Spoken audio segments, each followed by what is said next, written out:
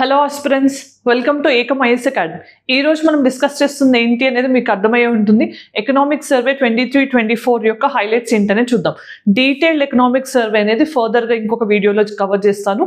ఈ రోజే economic survey వచ్చింది కాబట్టి మనం బ్రీఫ్గా దీని ఇంపార్టెంట్ ఇష్యూస్ ఏంటి, హైలైట్స్ ఏంటి, అసలు ఎకనామిక్ సర్వే ఎవరు రిలీజ్ చేస్తారు, ఇలాంటి ఇన్ఫర్మేషన్ తెలుసుకుందాం. సో ఫస్ట్ థింగ్, ఇక్కడ మీరు చూస్తే కనుక ఇంకొక ఇంపార్టెంట్ అనౌన్స్మెంట్ ఏంటి, మీ అందరికీ తెలిసిందే మనం టీజీపీఎస్సీ గ్రూప్ 1 మెయిన్స్ కోసం స్పెసిఫిక్ ఆన్సర్ రైటింగ్ ప్రోగ్రామ్ అనేది సంకల్ప్ నేమ్తో మనం డిజైన్ చేసాం. దీంట్లో మీకు ఇంపార్టెంట్గా 26 జూలై నుంచి బ్యాచ్ స్టార్ట్ అవబోతుంది. డైలీ 5 క్వశ్చన్స్కి మీరు ఆన్సర్స్ ప్రాక్టీస్ చేస్తారనమాట.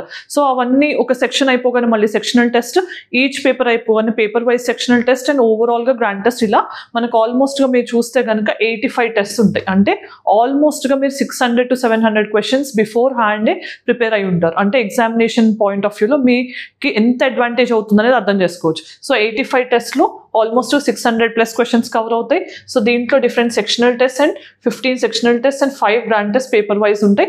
1 మెగా గ్రాండ్ టెస్ట్ అనేది ఎగ్జాక్ట్గా టీజీపీఎస్సీ ఎలా కండక్ట్ చేస్తుందో సేమ్ అలానే మీకు ఒక ఎండ్ గ్రాండ్ టెస్ట్ అనేది ఉంటుంది. సో ఎవాల్యుయేషన్ అనేది 3 వర్కింగ్ డేస్ లోపల జరుగుతుంది ఎక్స్పర్ట్ ఫ్యాకల్టీ చేత.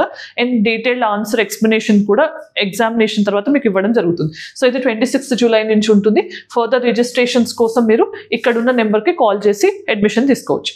దెన్ దాంతోపాటు ఎస్ఏ అండ్ ఎథిక్స్ మాడ్యూల్ కూడా జరగబోతోంది. ఈ మాడ్యూల్ ఒబెరాయ్ సార్ మనందరికీ తెలిసిందే కదా. So expert in ethics as well as SA module sir ఆధ్వర్యంలో సార్ డైరెక్ట్గా ఎస్ఏ క్లాసెస్ తీసుకుని మీ అందరికీ మంచి ఎస్ఏ స్కోర్స్ రావాలి అని అంటే కనుక ఈ మాడ్యూల్ డెఫినెట్గా హెల్ప్ అవుతుంది.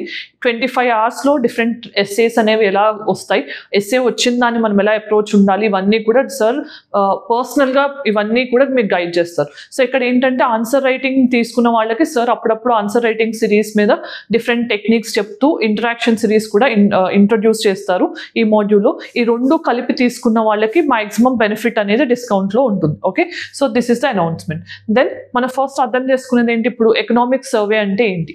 ఎకనామిక్ సర్వే అంటే ఏంటి, మన ప్రోగ్రెస్ కార్డ్ ఎలా ఉంటుందో లాస్ట్ ఇయర్ ఎకానమీ యొక్క పర్ఫార్మెన్స్ ఏంటి అనేది చెప్పే రిపోర్ట్ కార్డే ఎకనామిక్ సర్వే. సో మీరు చూస్తే కనుక మనం ఇప్పుడున్న ఫైనాన్షియల్ ఇయర్ ఏంటి 24-25, ఇది మనం ఉన్న ప్రస్తుతం ఫైనాన్షియల్ ఇయర్. కానీ మనం ఎకనామిక్ సర్వే ఏం చూసారు ఇక్కడ 23-24 అంటే ఏంటి, లాస్ట్ ఇయర్ యొక్క ఎకనామీ పర్ఫార్మెన్స్ ఎలా ఉంది అని చెప్పేదే ఎకనామిక్ సర్వే. సో ఇది ఒక రిపోర్ట్ కార్డ్ లాంటిది. సో ఇది మనకి లాస్ట్ ఇయర్ ఏం అచీవ్ చేసాం, దాంతోపాటు ఫ్యూచర్లో మనకి పాలసీ ఏం అవుట్లుక్ అనేది మనం డెవలప్ చేసుకోవాలనేది హెల్ప్ చేయడానికి ఎకనామిక్ సర్వే అనేది డిజైన్ చేస్తున్నాం. మరి ఎకనామిక్ సర్వే అనేది ఎవరు డిజైన్ చేస్తారు అనేది ఇంపార్టెంట్. సో మీరు గుర్తుంటే కనుక ఇక్కడ మనకి department of economic affairs under ministry of finance కింద ఈ వీళ్ళు డిఈఏ అంటాం. సో ఎకనామిక్ డివిజన్ అనేది department of economic affairs under ministry of finance. వీళ్ళు ఎకనామిక్ సర్వే డిజైన్ చేస్తారు. స్పెసిఫిక్గా ఎవరు అంటే కనుక చీఫ్ ఎకనామిక్ అడ్వైజర్ సిఏ. మరి ప్రస్తుతం ఉన్న చీఫ్ ఎకనామిక్ అడ్వైజర్ ఎవరు అనేది తెలిస్తే కనుక ఆన్సర్ కామెంట్ సెక్షన్లో చెప్పండి. సో ఇది ఫస్ట్ క్వశ్చన్. దెన్ మీకు గుర్తుంటే కనుక అసలు జనరల్గా మనకి ఎకనామిక్ సర్వే ఎప్పుడు ప్రెజెంట్ చేస్తారు, ఎప్పుడు కూడా 1 day బిఫోర్ బడ్జెట్, అంటే నెక్స్ట్ డే బడ్జెట్ ప్రవేశపెట్టే ముందు రోజు ఎకనామిక్ సర్వే అనేది టేబుల్ చేస్తారు. మరి ఇది ఎప్పటి నుంచి ప్రాక్టీస్ చేస్తున్నామంటే 1960s వరకు కూడా బడ్జెట్తో పాటు ఎకనామిక్ సర్వే అనేది వచ్చేది. కానీ 1960s నుంచి ఏం చేస్తున్నాం, బడ్జెట్కి ఒక రోజు ముందు economic survey, next day budget ప్రవేశపెడుతున్నాం. మీ అందరికీ తెలియాల్సిన ఇంకొక ముఖ్యమైన అంశం ఏంటి, ఈసారి నిర్మలా సీతారామన్ గారు 7 times కాన్సిక్యూటివ్గా బడ్జెట్ని ప్రవేశపెట్టిన మొట్టమొదటి మహిళా ఫైనాన్స్ మినిస్టర్గా రికార్డ్ సృష్టిస్తూ నెక్స్ట్ హైయెస్ట్ మోస్ట్, ఇంకా అసలు ఇప్పటి వరకు హైయెస్ట్ నెంబర్ ఆఫ్ బడ్జెట్స్ ప్రవేశపెట్టిన ఫైనాన్స్ మినిస్టర్ ఎవరు అనేది మీకు తెలిస్తే ఆన్సర్ కామెంట్ సెక్షన్లో చెప్పండి. ఇది question number 2. Okay right. So ఇక్కడ ఇవన్నీ తెలుసుకున్నాం మనం. సో మరి ఈ ఇయర్ పర్టికులర్ థీమ్ ఏంటి అనేది తెలిస్తే కూడా ఆన్సర్ కామెంట్ సెక్షన్లో చెప్పండి. థీమ్ అనేది ఎకనామిక్ సర్వేలో రిలీజ్ చేస్తారు, ఆ థీమ్ ఏంటి ఈ ఇయర్కి సంబంధించి అనేది చెప్పండి. దెన్ ఇక్కడ ఫస్ట్ 3 క్వశ్చన్స్ ఏంటి, చీఫ్ ఎకనామిక్ అడ్వైజర్ ఎవరు, థీమ్ ఏంటి అనేది అడిగాను, ఇప్పటి వరకు హైయెస్ట్ నెంబర్ ఆఫ్ బడ్జెట్స్ని ప్రవేశపెట్టిన ఫైనాన్స్ మినిస్టర్ ఎవరు. ఇవి 3 క్వశ్చన్స్ అనమాట. దెన్ ఇప్పుడు మనం సెక్టర్ వైజ్ చూసాం. ప్రిపేర్డ్ బై ఏంటి అనేది చెప్పాను, థీమ్ ఏంటి అనేది మిమ్మల్ని క్వశ్చన్ అడిగాను. మీకు థీమ్ తెలియకపోతే నేను నెక్స్ట్ క్లాస్లో చెప్తాను. Okay, so prepared by department of economic affairs under ministry of finance. So ఇది గుర్తుపెట్టుకోవాలి మనం. ఎవ్రీ ఇయర్ బడ్జెట్కి ముందు రోజు ఎకనామిక్ సర్వే అంటే detailed progress of what we have achieved in the previous year అనేది డిస్కస్ చేసేది ఎకనామిక్ సర్వే. సో ఇప్పుడు మనం స్టేట్ ఆఫ్ ఎకానమీ ఏంటని చూద్దాం. So real GDP growth rate ఎంత ఎక్స్పెక్ట్ చేస్తున్నారు అంటే 6.5 to 7% అనేది రియల్ జీడిపి గ్రోత్. మనం చూస్తే కనుక జీడిపి అనేది రియల్ నామినల్ ఉంటుంది కదా, ఇన్ఫ్లేషన్ కలిపి చూస్తే కనుక నామినల్ అంటాం, ఇన్ఫ్లేషన్ లేకుండా చేస్తే కనుక రియల్ జీడిపి గ్రోత్ రేట్ అంటాం. సో అది 6.5 to 7% అని ఈ ఇయర్కి ఎస్టిమేట్ చేస్తారు. దాంతోపాటు ఇండియాస్ జీడిపి గ్రోత్ రేట్ అనేది ప్రొజెక్టెడ్ ఎంత ఉంది, 6.5 to 7% ఉంది 25కి. మరి లాస్ట్ ఇయర్ ఎంత ఉంది అని అంటే 8.2% ఉంది. 23-24కి 8.2% ఉంది. తర్వాత ఇన్ఫ్లేషన్ అంటే ఏంటి, rise in prices. So different factors వల్ల డిమాండ్ సైడ్ కానీ సప్లై సైడ్ కానీ మనకి రైజ్ ఇన్ ప్రైజెస్ అనేది ఎంత ఉంది, 4.5% ఎప్పుడు ఉంటుంది, 25లో ఉంది. అండ్ దీన్ని మనం 4.1%కి తగ్గించాలి అని 26కి టార్గెట్గా పెట్టుకున్నాం. దెన్ అన్ఎంప్లాయ్మెంట్ రేట్ ఎంత ఉంది అని అంటే కనుక 3.2% ఉంది 20-23 ఇయర్లో అని చెప్పి ఈ ఎకనామిక్ సర్వే అనేది చెప్తుంది. సో ఈ డేటా అనేది మీరు మెయిన్స్లో యూజ్ చేయొచ్చు. దెన్ ఇక్కడ మీరు చూస్తే కనుక ఛాలెంజెస్ ఏమున్నాయి అని చెప్పి ఎకనామిక్ సర్వే హైలైట్ చేసింది అని అంటే కనుక డిఫరెంట్ ఛాలెంజెస్ లైక్ ఆటోమేషన్ కానీ, ఆటోమేషన్ వల్ల ఏమవుతుంది, జాబ్ లాస్ అవుతుంది. ఆటోమేషన్ కానీ, ఆర్టిఫిషియల్ ఇంటెలిజెన్స్,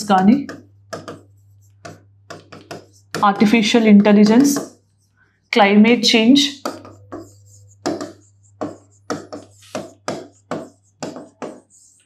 చేంజ్, దాంతోపాటు జియో పొలిటికల్ టెన్షన్స్ కానీ, రష్యా యుక్రెయిన్ వార్ కానీ, ఇజ్రాయిల్ హమస్, వీటి వల్ల ఏమవుతుంది మనకు కూడా ఇండైరెక్ట్ ఇంపాక్ట్ అనేది ఉంటుంది. ఆయిల్ ప్రైసెస్ పెరగటం వల్ల, ఆయిల్ ప్రైసెస్ పెరిగితే మనకి ఏమవుతుంది, ఇంపోర్టెడ్ ఇన్ఫ్లేషన్ అంటాం. సో ఇవన్నీ కూడా మన డొమెస్టిక్ ఎకానమీ మీద ఖచ్చితంగా ఇంపాక్ట్ చూపిస్తున్నాయి.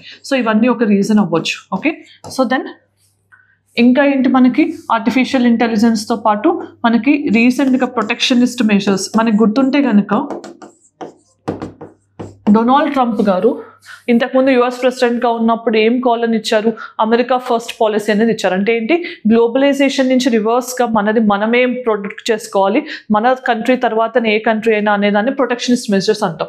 మనం ఫర్ ఎగ్జాంపుల్ మనం కూడా అలానే కాల్ ఇస్తున్నాం ఏంటి, మేక్ ఇన్ ఇండియా అని. Make in India, by in India అంటే ఏంటి, ఓన్లీ మన గూడ్స్కి ప్రయారిటీ ఇవ్వాలి. దాన్ని వైలేషన్ ఆఫ్ గ్లోబలైజేషన్ అని చెప్పొచ్చు కదా, అంటే అగెయిన్స్ట్ గ్లోబలైజేషన్ అని చెప్పొచ్చు కదా. ఇలాంటి మెజర్స్ ఖచ్చితంగా డొమెస్టిక్ ఎకానమీ మీద ఇంపాక్ట్ చూపిస్తాయి అని చెప్పి ఛాలెంజ్లో హైలైట్ చేస్తారు. సో ఈ జియోపొలిటికల్ టెన్షన్స్ వల్ల ఏమవుతుంది, సప్లై చైన్ కన్స్ట్రెయింట్స్ కూడా వచ్చే ఛాన్స్ ఉంటుందన్నమాట. సో ఇవన్నీ కూడా ఎకనామిక్ సర్వే హైలైట్ చేసిన కొన్ని ఛాలెంజెస్. ఇన్ఫ్లేషన్ కానీ, లేకపోతే మనకి ఫిజికల్ డెఫిసిట్స్ కానీ, కరెంట్ అకౌంట్ డెఫిసిట్, అవన్నీ కూడా ఇంటర్నల్గా ఉన్న ఛాలెంజెస్. దెన్ అగ్రికల్చర్ గురించి ఏం చెప్పారు, అగ్రికల్చర్ అనేది పాజిటివ్గానే రెస్పాండ్ అవుతుంది ఎకానమీలో. ఎందుకు అని అంటే కనుక మనకి మెయిన్గా ఫార్మ్ సబ్సిడీస్ అనేవి ఉన్నాయి. ఫార్మ్ సబ్సిడీస్ అనేవి ఒక విధంగా పాజిటివ్ అని చెప్పొచ్చు, ఇంకొక విధంగా నెగిటివ్ అని కూడా చెప్పొచ్చు. ఎందుకంటే మనకి వాటర్ నుంచి ఇరిగేషన్ రూపంలో ఎలక్ట్రిసిటీ కానీ, ఫెర్టిలైజర్స్ కానీ, ఇలాంటివన్నీ మనం సబ్సిడీస్ రూపంలో ఇవ్వడం అనేది గవర్నమెంట్ మీద చాలా బర్డెన్ సమ్గానే ఉంటుంది. అట్ ద సేమ్ టైం మనకి ఇంకొక మెయిన్ ఛాలెంజ్ ఏంటి, మనం ఫార్మ్ నుంచి వచ్చే ఇన్కమ్ని ట్యాక్స్ చేయట్లేదు ఇప్పటి వరకు. సో అగ్రికల్చర్ ఇన్కమ్ అనేది ట్యాక్స్కి ఎగ్జెంప్షన్ ఇచ్చాం కాబట్టి ఇది కూడా గవర్నమెంట్కి డెఫినెట్గా ఛాలెంజబుల్గా అవుతుంది. దాంతోపాటు మనం గుర్తుపెట్టుకోవాల్సింది ఏంటి, రీసెంట్ టైమ్స్లో మనం ఇన్కమ్ సపోర్ట్ కానీ, అంటే మనం రైతు బంధు లాంటివి ఇస్తున్నాం కదా, ఇన్కమ్ సపోర్ట్ కానీ, ఇలాంటివి డైరెక్ట్ బెనిఫిట్ ట్రాన్స్ఫర్స్ కానీ, ఇవన్నీ కూడా గవర్నమెంట్ సైడ్ నుంచి ఫార్మర్స్కి హెల్ప్ చేసేవైనా కూడా మళ్ళీ అట్ ద సేమ్ టైం మనం ఫార్మ్ లోన్ వైవర్స్ కూడా ఇస్తున్నాం. ఇలాంటివన్నీ కూడా గవర్నమెంట్ని మళ్ళీ ఆర్థికంగా ఇబ్బంది పెట్టేటట్టే ఉన్నాయన్నమాట. ఫర్ ఎగ్జాంపుల్ ఇప్పుడు చూస్తే కనుక రీసెంట్లో తెలంగాణ గవర్నమెంట్లోనే అనౌన్స్ చేశారు 1 lakh వరకు మేము రుణమాఫీ చేస్తాము అని. సో ఈ 1 lakh అనేది గవర్నమెంట్కి ఒక్క రైతు నుంచి అని అంటే కనుక మీరు ఎంతమందికి రైతులు ఉంటారు, ఎంతమంది ఇవి వైవ్ చేస్తారు, దానివల్ల మనకు కలిగే సిగ్నిఫికెంట్ ఇంపాక్ట్ ఏంటి, ఇవన్నీ ఆలోచిస్తే సో ఇక్కడ మనకి ఇవన్నీ కూడా బర్డెన్గానే ఉన్నాయి. సో అగ్రికల్చర్ అనేది మనకు వచ్చేది కాంట్రిబ్యూషన్ పాజిటివ్ అయినా కూడా ఫుడ్ గ్రెయిన్స్ కానీ, ఫుడ్ స్కేసిటీ ఇష్యూస్ని, న్యూట్రిషన్ స్కేసిటీని ఇవన్నీ తగ్గించడంలో హెల్ప్ చేస్తున్నా కూడా ఇవన్నీ కూడా ఎకనామిక్గా గవర్నమెంట్కి ఛాలెంజబుల్గా మారాయని చెప్పి ఎకనామిక్ సర్వే చెప్తుంది. దాని తర్వాత banking and financial inclusion. So మనందరికీ తెలిసిందే బ్యాంకింగ్ అనగానే మనకి ఈ మధ్య రీసెంట్గా ఏం గుర్తొస్తున్నాయి, నాన్ పెర్ఫార్మింగ్ అసెట్స్. ఎందుకంటే చాలా వరకు బ్యాంక్ లోన్స్ తీసుకుని కట్టకుండా ఎగవేత వేస్తుందని నాన్ పెర్ఫార్మింగ్ అసెట్ అంటాం. సో అలాంటివి పెరుగుతున్నాయా తగ్గుతున్నాయా, మరి ఫైనాన్షియల్ ఇంక్లూజన్కి గవర్నమెంట్ తీసుకున్న మెషర్స్ ఏంటి, ఇవన్నీ కూడా ఎకనామిక్ సర్వేలో ఏం హైలైట్ చేశారంటే రీసెంట్ టైమ్స్లో బ్యాంక్ క్రెడిట్ అనేది పెరిగింది అని, అంటే బ్యాంక్ ఇచ్చే లోన్స్ అనేవి పెరిగాయి. దాంతోపాటు ఎన్పిఎస్ కానీ గ్రాస్ ఎన్పిఎస్ కానీ తగ్గాయి అని చెప్పింది. సో తగ్గాయి అంటే ఒక పాజిటివ్ సైన్. దాంతోపాటు బ్యాంక్ అసెట్ క్వాలిటీ అనేది పెరిగింది. సో బ్యాంక్కి ఉన్న అసెట్స్ ఏంటి, జనరల్గా లయబిలిటీస్ ఏంటి, మనం ఎప్పుడైతే సేవింగ్స్ దాచుకుంటామో అది బ్యాంక్కి లయబిలిటీ. ఎందుకంటే మనం ఎప్పుడు అడిగితే అప్పుడు బ్యాంక్ పే చేయాల్సి ఉంటుంది. బ్యాంక్ యొక్క అసెట్ ఏంటి, ఖచ్చితంగా వాళ్ళు ఇచ్చే లోన్స్ అనేవి అసెట్ అవుతాయి. సో లోన్ ఎక్కువ అయింది అని అంటే కనుక అసెట్ క్వాలిటీ పెరిగినట్టు. అలానే డీబీటీస్ కానీ, డిజిటల్ పేమెంట్స్ కానీ, డిజిటల్ పేమెంట్స్ అంటే రూపే కార్డ్స్ కానీ, యూపీఐ కానీ, మనకి బిమ్ రిలేటెడ్ ట్రాన్సాక్షన్స్ కానీ, ఇవన్నీ కూడా మనకి ఫైనాన్షియల్ ఇంక్లూజన్ని హెల్ప్ చేస్తున్నాయని చెప్పి ఎకనామిక్ సర్వే అనేది హైలైట్ చేసింది. సో బ్యాంకింగ్ అనేది చాలా ఇంపార్టెంట్ సెక్టర్. మీ అందరికీ తెలిసిందే, మనకి ఏది జరగాలన్నా ఆర్బీఐ ఏం చేస్తుంది, బ్యాంక్స్ ద్వారానే పబ్లిక్కి మనీ సప్లై అనేది జరిగేలా చేస్తుంది. దీన్ని మనం ఏమంటాం, మానిటరీ పాలసీ అని అంటాం. సో అందుకని మనకు ఖచ్చితంగా బ్యాంకింగ్ అనేది ఇంపార్టెంట్ రోల్. ఎందుకంటే ఆర్బీఐ త్రూ బ్యాంక్సే పబ్లిక్ దగ్గర ఉన్న మనీ సప్లైని కంట్రోల్ చేస్తుంది. దాన్ని మనం మానిటరీ పాలసీగా కన్సిడర్ చేస్తాం. మరి మానిటరీ పాలసీలో మనం కన్సిడర్ చేసే బెంచ్ మార్క్ ఇన్ఫ్లేషన్ ఏంటి, సిపిఐ కంబైన్డ్. సో మీ అందరికీ తెలిసిందే, ఇది 4±2% వరకే ఉండాలి. మనకి ఇప్పుడు ఎంత ఉంది, ఆల్మోస్ట్గా 5% వరకు రీటైల్ ఇన్ఫ్లేషన్ ఉంది. 5.2% రీటైల్ ఇన్ఫ్లేషన్ ఉంది. హోల్సేల్ కన్స్యూమర్ ప్రైస్ ఇండెక్స్, మనకి డిఫరెంట్ ఇండెక్స్ ఉన్నాయి కదా. సో దాన్ని బట్టి మనం డేటా అనేది కూడా కోట్ చేయాల్సి ఉంటుంది, రైట్. దెన్ హెల్త్ విషయానికి వచ్చేసరికి ఏం చెప్పారు, ఆల్మోస్ట్గా 34.7 crore ఆయుష్మాన్ భారత్ కార్డ్స్ అనేవి ఇష్యూ చేసాము అని. ఇది ఎప్పటి డేటా, July 8, 2024. మీరు ఇలాంటి డేటాని మెయిన్స్లో కోట్ చేయొచ్చు, రైట్. ఆయుష్మాన్ భారత్ అనేది ఏంటి, 2 componentsని కలిగి ఉంది. దాంట్లో ఒకటి ఏంటి, primary health and wellness centres అనేది క్రియేట్ చేసాం. ప్రైమరీ హెల్త్ కేర్కి సంబంధించి health and wellness centres. Secondary and tertiary కేర్కి సంబంధించి ఏం చేస్తున్నాం మనం, 5 lakh rupees అనేది పర్ ఫ్యామిలీ ఇస్తున్నాం అనమాట. సో ట్రీట్మెంట్కి సంబంధించి. సో దానికి ఇంపార్టెంట్ ప్రధాన మంత్రి జన్ ఆరోగ్య యోజన, GAY, ఆయుష్మాన్ భారత్. దానికి సంబంధించి హెల్త్ కార్డ్స్ ఇస్తున్నాం. సో ప్రైవేట్ ఎంటైటిల్డ్ హాస్పిటల్స్లో కూడా మనం దీన్ని అవైల్ చేసుకోవచ్చు. దెన్ ఇంకొక ఇంపార్టెంట్ అంశం హైలైట్ చేసింది ఏంటి అంటే, 54% ఎవరైతే డిసీజ్ బర్డెన్ని కలిగి ఉన్నారో వాళ్ళు ఒబెసిటీ వల్ల, లేకపోతే ప్రాపర్ హెల్త్ హైజీన్ ఫాలో అవ్వకపోవడం వల్ల ఇలాంటి ఇబ్బందులు ఎదుర్కొంటున్నారని చెప్పి ఎకనామిక్ సర్వే చెప్పింది. సో ఒబెసిటీ ఇలాంటి వాటిని ఓవర్కమ్ చేయాలంటే ఖచ్చితంగా హెల్దీ అండ్ బ్యాలెన్స్డ్ డైట్ వైపు మనం మారాలి అని కూడా ఎకనామిక్ సర్వే చెప్పింది. ఎందుకంటే డిసీజ్ బర్డెన్ ఎక్కువ ఉంటే ఖచ్చితంగా అవుట్ ఆఫ్ పాకెట్ ఎక్స్పెండిచర్ అనేది ఎక్కువ ఉంటుంది. సో గవర్నమెంట్ కూడా ఎక్కువ స్పెండ్ చేయాల్సి ఉంటుంది. So in that way they have advised us to go towards a healthy diet. Then external sector గురించి ఏం చెప్పింది అని అంటే, మనకి లాస్ట్ ఇయర్ ఖచ్చితంగా ఇంక్రీస్డ్ FDI ఇన్ఫ్లోస్ ఉన్నాయి. సో FDI విషయానికి వస్తే ఏంటి మనకు తెలుసుకోవాల్సింది, ఫారిన్ డైరెక్ట్ ఇన్వెస్ట్మెంట్. మనకి ఎప్పుడైనా కానీ ఫారిన్ డైరెక్ట్ ఇన్వెస్ట్మెంట్ అంటే ఎప్పుడు అంటాం, ఎప్పుడైతే మనకి 10% కంటే ఎక్కువ ఇన్వెస్ట్మెంట్ వచ్చిందో మనం దాన్ని ఫారిన్ డైరెక్ట్ ఇన్వెస్ట్మెంట్ అంటాం. దీనివల్ల ఏమవుతుంది, మేనేజరియల్ కంట్రోల్ ఉంటుంది. దాంతోపాటు ఇవి అంత ఈజీగా వచ్చి ఈజీగా వెళ్ళే ఛాన్స్ ఉండదు. సో ఇవి స్టేబుల్గా కూడా ఉంటాయి అన్నమాట మనకి. సో FDIs ఎక్కువ ఉంటే మనకి ఎక్కువ ఇన్వెస్ట్మెంట్స్ అనేది వస్తుంది. సో ఇండియన్ రూపీ మీద ట్రస్ట్ కూడా ఉంది అనేది మనం అర్థం చేసుకోవచ్చు.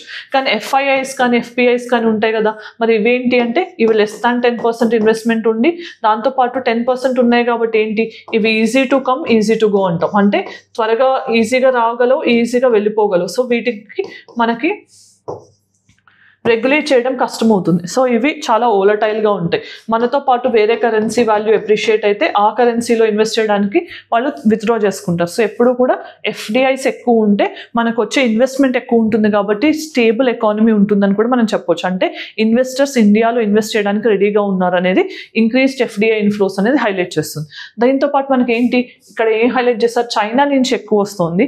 దానివల్ల మనకు గ్లోబల్ సప్లై చైన్ స్ట్రెంగ్తన్ అయ్యి ఎక్స్పోర్ట్స్ కూడా ఎక్కువ అయ్యాయని చెప్పి హైలైట్ చేసింది.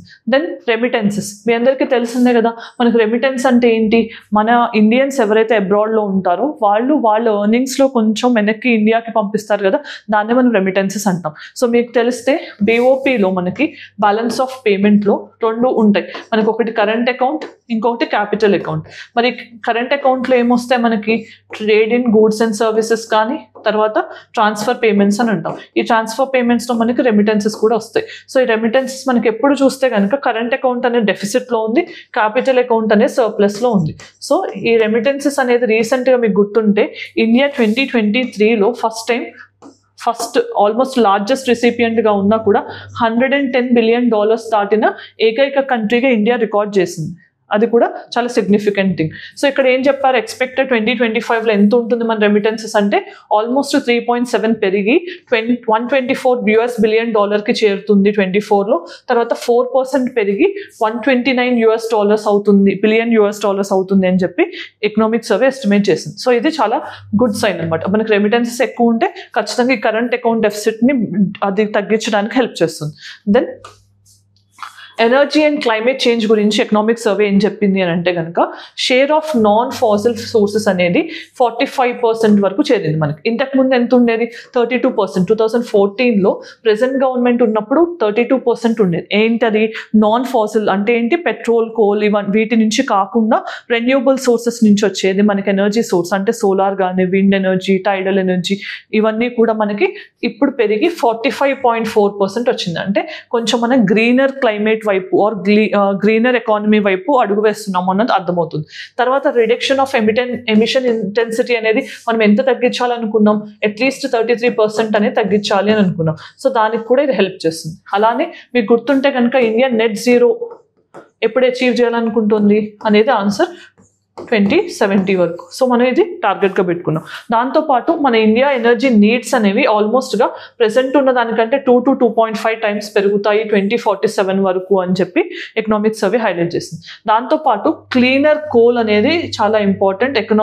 ఎకనామికల్గాను ఎన్వైరన్మెంటల్ సస్టైనబిలిటీకి కూడా క్లీనర్ కోల్ అనేది అవసరం అని చెప్పింది. మరి క్లీనర్ కోల్ అనేది ఎలా అచీవ్ చేయొచ్చు అని హైలైట్ చేశారు అని అంటే కోల్ గ్యాసిఫికేషన్ ద్వారా కానీ లేకపోతే కోల్ని హైడ్రోజన్గా మార్చడం వల్ల.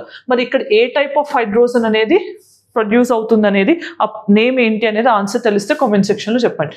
దీనివల్ల ఏమవుతుంది, మనం ఇక్కడ రెడ్యూస్డ్ కార్బన్ ఎమిషన్స్తో పాటు ఎన్వైరన్మెంటల్ సస్టైనబిలిటీ కూడా వచ్చే విధంగా ఇది హెల్ప్ చేస్తుంది అని ఎకనామిక్ సర్వే హైలైట్ చేయడం జరిగింది. దెన్ ఎంప్లాయ్మెంట్ అండ్ స్కిల్ డెవలప్మెంట్కి సంబంధించి ఏం చెప్పారు, పీరియాడిక్ లేబర్ ఫోర్స్ సర్వే. ఇది ఎవరు రిలీజ్ చేస్తారు, national sample office, statistical office. Okay, so ఈ NSO ఏం చెప్పింది, మనకు ఆల్మోస్ట్గా అగ్రికల్చర్ ఎంప్లాయ్మెంట్లో ఇంక్రీజ్ ఉంది, దాంతోపాటు రివర్స్ మైగ్రేషన్ అనేది ఉంది. అంటే ఏంటి, జనరల్గా రూరల్ టు అర్బన్ అనేది మైగ్రేషన్ జరుగుతుంది, బట్ అర్బన్ టు రూరల్ జరుగుతుంది అని అంటే దీన్ని రివర్స్ మైగ్రేషన్ అంటాం అనమాట. సో ఈ ట్రెండ్ కూడా ఎక్కువ ఉంది. అలానే ఇంక్రీజ్డ్ ఫీమేల్ పార్టిసిపేషన్ కూడా ఉంది అని చెప్తుంది. ఇది చాలా చాలా important. Female labour force participation ఏంటి అంటే ఆల్మోస్ట్గా 37% ఉంది. ఇంతకుముందు ఎంత 23% ఉండేది 2017-18కి, కానీ ఇప్పుడే 37% అయింది. ఇది చాలా మంచి సైన్, ఎందుకంటే ఎక్కువ ఫీమేల్ లేబర్ ఫోర్స్లో పార్టిసిపేట్ చేస్తున్నారు అనడానికి ఈ డేటా చాలా ఎవిడెంట్గా ఉంది. దెన్ మనం అర్థం చేసుకోవాల్సిన మ్యానుఫ్యాక్చరింగ్. సో మీ అందరికీ తెలిసిందే మనకి సెకండరీ సెక్టార్లో మ్యానుఫ్యాక్చరింగ్ అనేది చాలా ఇంపార్టెంట్ రోల్ ప్లే చేస్తుంది. దీని షేర్ని మనం 25%కి పెంచడానికి ఇనిషియేట్ చేసింది ఏంటి, make in India programme. So ఎందుకంటే మనం ఇండియన్ ఎకానమీ అనేది ప్రైమరీ నుంచి సెకండరీ నుంచి టెరిషరీ అవ్వాలి, కానీ మనం డైరెక్ట్గా ప్రైమరీ నుంచి సర్వీస్ సెక్టర్ అయిన టెరిషరీ సెక్టర్కి లీప్ ఫ్రాగ్ చేసాం. అంటే సెకండరీ సెక్టర్ మీద అంత ఎంఫసైజ్ చేయకుండా నెగ్లెక్ట్ చేసాం. కాబట్టి దీని మీద స్పెసిఫిక్ ఎంఫసిస్ కోసమే మేక్ ఇన్ ఇండియా ప్రోగ్రామ్ అనేది, స్టార్ట్అప్ ఇండియా, స్టాండప్ ఇండియా ఇవన్నీ తీసుకురావడం జరిగింది. సో దాంట్లో భాగంగా మీకు PLI స్కీమ్ గురించి తెలిసే ఉంటుంది కదా, ప్రొడక్షన్ లింక్డ్ ఇన్సెంటివ్ స్కీమ్. ఇది ఆటోమొబైల్ సెక్టర్లో అంటే ప్రొడక్షన్కి సంబంధించిన ఇన్సెంటివ్స్ని కల్పించడానికి ఆల్మోస్ట్గా 67,690 crore rupees అనేది ఎలకేట్ చేయడం జరిగింది. దాంతోపాటు FDI అనేది చైనా నుంచి ఇంక్రీజ్ అయ్యిందని చూసాం.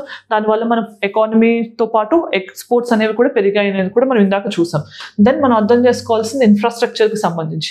ఇన్ఫ్రాస్ట్రక్చర్లో ఏం హైలైట్ చేశారు, ఆల్మోస్ట్గా 2.36 crore పీపుల్కి హౌసెస్ కన్స్ట్రక్ట్ చేశారు లాస్ట్ 9 years రూరల్ ఏరియాస్లో అని చెప్పి ఈ ఎకనామిక్ సర్వే హైలైట్ చేసింది. మరి ఈ హౌసెస్కి మనం ఏం ఇనిషియేట్ చేసాం? ప్రధాన్ మంత్రి ఆవాస్ యోజన. మీకు తెలిస్తే కనుక ఇది గుర్తు చేసుకోండి. దెన్ టెలికామ్ సెక్టర్కి సంబంధించి సో 5% ఆఫ్ యుఎస్ఓ ఫండ్ ఏంటి? Universal service obligation fund. ఈ పర్టికులర్ ఫండ్లో 5% అంటే ఆల్మోస్ట్ ఈ ఫండ్కి ఎంత కార్పస్ ఉంది? 80,000 crore ఉంది. దాంట్లో 5% అనేది టెలికామ్ సెక్టర్ యొక్క R&D కోసం ఎలకేట్ చేస్తున్నామని కూడా ఎకనామిక్ సర్వే హైలైట్ చేసింది. మరి ఈ యూనివర్సల్ సర్వీస్ ఆబ్లిగేషన్ ఫండ్ని మనం ఏమంటాం? డిజిటల్ భారత్ నిధి అని అంటాం అనమాట. ఇప్పుడు దీని నేమ్ ఇలా మార్చారు. మరి దీన్ని దేనికి వాడుతున్నారు అని అంటే కనుక మీకు తెలిస్తే మనం భారత్ నెట్ అనే ప్రాజెక్ట్ స్టార్ట్ చేసాం. ఈ భారత్ నెట్ అనేది ఎవరు ఇంప్లిమెంట్ చేస్తున్నారు? మనకి మినిస్ట్రీ ఆఫ్ ఎలక్ట్రానిక్స్. సో దానివల్ల ఏంటి మనం చేయాలనుకుంటుంది? ఆల్మోస్ట్గా 2.5 lakh గ్రామ పంచాయత్స్ ఏవైతే ఇండియాలో ఉన్నాయో వాటన్నిటికీ బ్రాడ్బ్యాండ్ కనెక్టివిటీ ప్రొవైడ్ చేయడానికి universal and non discriminatory broadband connectivity కోసం ఈ ఇనిషియేషన్ అనేది లాంచ్ చేసాం అనమాట. Discriminatory internet access. Okay, so అఫోర్డబుల్గా ప్రొవైడ్ చేయడానికి దానికి సంబంధించిన ఫండ్ ఏదైతే ఉందో దాంట్లోంచి ఒక 5% అనేది R&D కోసం ఎలికేట్ చేస్తున్నారని ఎకనామిక్ సర్వే హైలైట్ చేస్తుంది. దాంతోపాటు టూరిజం యొక్క పొటెన్షియల్ని కూడా చాలా హైలైట్ చేస్తుంది. టూరిజం ఎకనామిక్ సర్వే ఏమని డిఫైన్ చేస్తుంది అని అంటే ఇది ఒక లో హ్యాంగింగ్ ఫ్రూట్. ఎందుకు అనంటే ఆర్టిఫిషియల్ ఇంటెలిజెన్స్ వల్ల క్లైమేట్ చేంజ్ వల్ల మనం ఎప్పుడైతే ఇబ్బందులు ఎదుర్కొంటున్నామో అప్పుడు ఆ జాబ్ లాస్ ఏదైతే జరుగుతుందో అదర్ సెక్టర్స్లో దాన్ని ఓవర్కమ్ చేయడానికి టూరిజం అనే సెక్టర్ మనకి డిఫరెంట్ ఎకనామిక్ ఆపర్చునిటీస్ని ఎన్వైర్మెంటల్ డిఫరెంట్ ఎంప్లాయ్మెంట్ ఆపర్చునిటీస్ని క్రియేట్ చేయడానికి కూడా ఇది హెల్ప్ చేస్తుంది అని కూడా ఈ పర్టికులర్ ఎకనామిక్ సర్వే హైలైట్ చేసింది. దెన్ ట్రేడ్ విషయానికి వచ్చేసరికి హైలైట్ చేసింది ఏంటి అంటే కనుక లాజిస్టిక్స్ పర్ఫార్మెన్స్ ఇండెక్స్. ఈ లాజిస్టిక్ పర్ఫార్మెన్స్ ఇండెక్స్ ఎవరు లాంచ్ చేస్తున్నారు? వరల్డ్ బ్యాంక్ లాంచ్ చేస్తుంది. ఈ వరల్డ్ బ్యాంక్ రిపోర్ట్లో మన ర్యాంక్ ఎంత? 38 ఉండేది. ఇంతకుముందు 2023లో మనకి ఈ ర్యాంక్ అచీవ్ చేసాం. ఇంతకుముందు 44th ఉండేది. అంటే మనం చాలా ఇంప్రూవ్ అయ్యామని కూడా అర్థమవుతుంది. లాజిస్టిక్స్ అనేది ట్రేడ్కి చాలా ఇంపార్టెంట్. సో ఈ రిపోర్ట్ అనేది ఇది ఇండెక్స్ని బట్టి మన ట్రేడ్ పర్ఫార్మెన్స్ అనేది బెటర్ అవుతుంది. అలానే కరెంట్ అకౌంట్ డెఫిసిట్ అనేది మనం 0.7% వరకు తగ్గించగలిగామని కూడా ఈ రిపోర్ట్ హైలైట్ చేసింది. దెన్ ప్రాక్టీస్ క్వశ్చన్ చూసే ముందు మీ అందరికీ ఒక ముఖ్యమైన అనౌన్స్మెంట్. ఇందాక మనం డిస్కస్ చేసినట్టు TGPSC Group 1 mains test series కానీ ఎస్ఏథిక్స్ మాడ్యూల్ తీసుకునే వాళ్ళకి ఈ పర్టికులర్ బుక్ అనేది ఫ్రీగా ఇవ్వడం జరుగుతుంది. ఈ బుక్లో మీరు చూస్తే కనుక తెలంగాణ మూవ్మెంట్ అండ్ స్టేట్ ఫార్మేషన్కి పేపర్ 6కి సంబంధించి అన్ని చాప్టర్స్ నుంచి మోస్ట్ ఎక్స్పెక్టెడ్ క్వశ్చన్స్ అనేది క్వశ్చన్ అండ్ ఆన్సర్ ఫార్మాట్లో ప్రిపేర్ చేసి మీకు అందుబాటులో ఉంచడం జరిగింది. దీన్ని మీరు ఎటువంటి విధంగా యూజ్ చేసుకోవచ్చు అంటే డైరెక్ట్గా మీకు క్వశ్చన్ అండ్ ఆన్సర్ ఫార్మాట్లో ఉండటం వల్ల ఆల్మోస్ట్ మోస్ట్ ప్రాబబుల్ టాపిక్స్ నుంచి 160 క్వశ్చన్స్ క్యూరేట్ చేయడం జరిగింది. దానివల్ల ఇది మీ ప్రిపరేషన్ని చాలా సింప్లిఫై చేసే విధంగా కూడా డిజైన్ చేయడం జరిగింది. ఇది అర్థం చేసుకోవాలి. సో ఎవరైతే కనుక ఈ పర్టికులర్ టెస్ట్ సిరీస్ తీసుకుంటారో వాళ్ళందరికీ కూడా ఈ కాపీ ఫ్రీగా ఇవ్వడం జరుగుతుంది. అలానే Telangana movement and state formation, science and technology, data interpretation, SA and ethics modules అనేవి డెఫినెట్గా మీ ప్రిపరేషన్ హెల్ప్ చేసే విధంగా మేము మాడ్యూల్ చేసాం. వాటిని డెఫినెట్గా మీకు అవైల్ చేసుకుంటే అడ్వాంటేజ్ అనేది ఖచ్చితంగా మీకు మీ ప్రిపరేషన్లో అండ్ మీ సక్సెస్లో కనిపిస్తుంది. ఇప్పుడు ప్రాక్టీస్ క్వశ్చన్ ఏంటనే చూద్దాం. ప్రాక్టీస్ క్వశ్చన్లో which of the following is primary cause of demand pull inflation. మనకి డిమాండ్ఫుల్ ఇన్ఫ్లేషన్ మెయిన్ కాజెస్ ఏంటి అనేది ఆన్సర్ కామెంట్ సెక్షన్లో చెప్పండి. సో ఆప్షన్స్ ABCD ఇచ్చాను, దాంట్లో ఆన్సర్ ఏంటని చూడండి. దెన్ క్వశ్చన్ ఇక్కడ మెయిన్స్ క్వశ్చన్ ఏంటి? Examine the effects of COVID-19 pandemic on India's economic growth. What measures has the government taken to mitigate these efforts. ఇక్కడ మన COVID-19 వల్ల ఎటువంటి ఎకనామిక్ ఎఫెక్ట్స్ అనేవి మనకు కలిగాయి, దాంతోపాటు గవర్నమెంట్ ఆఫ్ ఇండియా ఎటువంటి మెజర్స్ తీసుకుంది మనం నెగిటివ్ గ్రోత్ రేట్ నుంచి పాజిటివ్ వైపు రావడానికి అనేది ఆన్సర్ రాయాల్సి ఉంటుంది. దెన్ మనం వీడియో ఎండింగ్కి వచ్చేసాం కదా. ఈ వీడియోలో ఏం డిస్కస్ చేసాం? ఎకనామిక్ సర్వే అనేది ఎప్పుడు రిలీజ్ చేశారు, ఎకనామిక్ సర్వే వెనుక మెయిన్ ఆబ్జెక్టివ్ ఏంటి, ఏ పర్టికులర్ డిపార్ట్మెంట్ అనేది దీన్ని ప్రిపేర్ చేస్తుంది అనేది చూసాం. దాంతోపాటు sector wise key important points ఏంటి, హైలైట్స్ ఏంటి అనేది కూడా ఈ వీడియోలో డిస్కస్ చేయడం జరిగింది. If you like the video and if you found this informative, please let us know in the comment section. Thanks for joining us. All the very best.